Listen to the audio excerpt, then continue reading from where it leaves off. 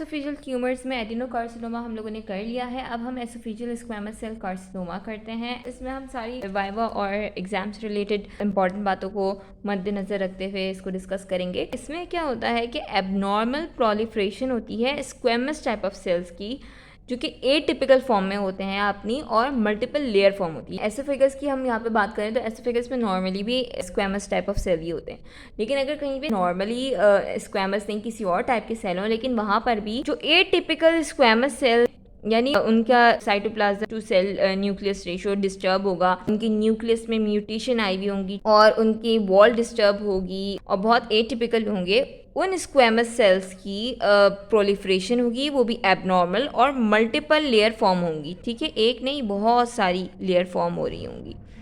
So this is squamous cell carcinoma, और अगर ये एसोफेगस में है तो ये एसोफेजियल स्क्वैमस सेल कार्सिनोमा कहलाएगा। लेकिन कहीं से भी गर्ड और बेरेट एसोफेगस से इसका कोई ताल्लुक नहीं है। ठीक है, ये बात आप लोग अच्छी तरह ध्यान में रखिएगा। गर्ड और बेरेट एसोफेगस का ताल्लुक सिर्फ एडिनोकार्सिनोमा से होता है, स्क्वैमस सेल कार्सिनोमा से नहीं होता।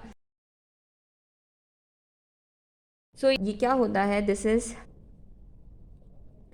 abnormal proliferation of squamous cells and form multiple layers. और ये जो स्क्वैमस सेल्स होंगे वो एटिपिकल होंगे, नॉर्मली जो प्रेजेंट होते हैं वैसे नहीं होंगे, these will be atypical.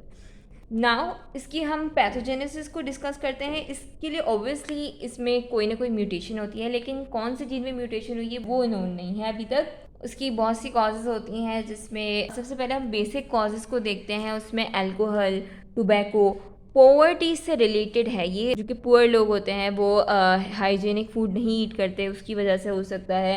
Other than this इसकी कॉजेज़ में एसोफेजियल इंजरी भी हो सकती है, इक्लेजिया। इसके अलावा एक होता है प्लूमर विंसन सिंड्रोम। मतलब ये सब आप कॉजेज़ ना एक नज़र पढ़ लीजिएगा और मोटी मोटी कॉजेज़ को जहन में रख लीजिएगा कि अगर केस सिनेरियो में इस तरह के कॉजेज़ मिल रहे हैं, पेशेंट में क्लिनिकल प्रेजेंटेशन मिल रही है, सो उसलिए आप इसकी कॉजेज़ को ज़रा देख लीजिएगा।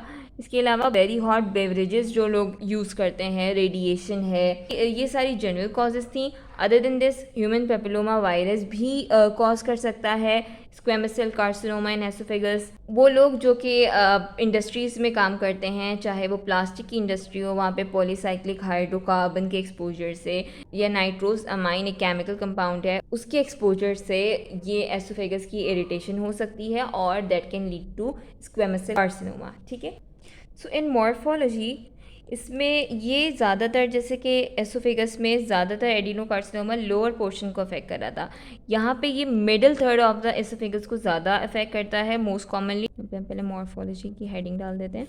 मॉर्फोलॉजी में ये मिडिल थर्ड, ठीक है, मिडिल थर्ड ऑफ एसोफेगस को ज़्यादा कॉमनली अफेक्ट करता है। इसके अलावा ये एक पैच की फॉर्म में ग्रो करता है और इनलार्ज होता है और फिर ल्यूमन को ऑब्स्ट्रक्ट करता है। ठीक है, जैसे कि यहाँ पे कुछ पैचेस ग्रो कर गए हैं, मल्टीपल लेयर स्क्वैमस सेल की फॉर्म करके एक पैच बन गया है और उसने फिर ल्यूमन को ऑब्स्ट्रक्ट कर दिया है। ये सिंगल पैच भी हो सकता है, मल्टीपल पैचेस भी हो सकते हैं, लेकिन ल्यूमन ऑब्स्ट्रक्ट हो रही होती है। और इसके जो पैचेस होते हैं ग्रे वाइट होते हैं। ठीक है, अदर देन दिस आपको क्या बात जहन में रखने की है कि जब ये ल्यूमन को ऑब्स्ट्रक्ट करता है तो इसके प्रेशर से जो है ट्रेकिया पर भी इफ़ेक्ट पड़ सकता है, क्योंकि एसोफेगस के बिल्कुल आगे ट्रेकिया होती है, तो ट्रेकिया पर भी इफ़ेक्ट पड़ सकता है और नमूनिया like symptoms and condition can develop.